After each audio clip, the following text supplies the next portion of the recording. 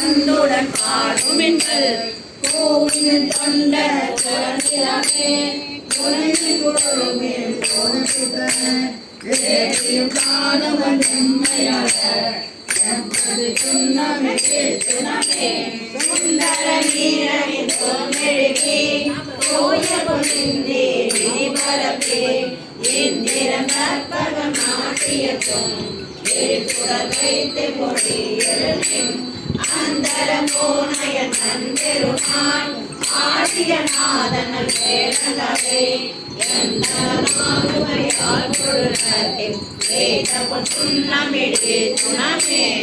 ஆகனி மின்கள் குலத்தையெல்லாம் சாங்கனி மின்கள் கரைகுலத்தை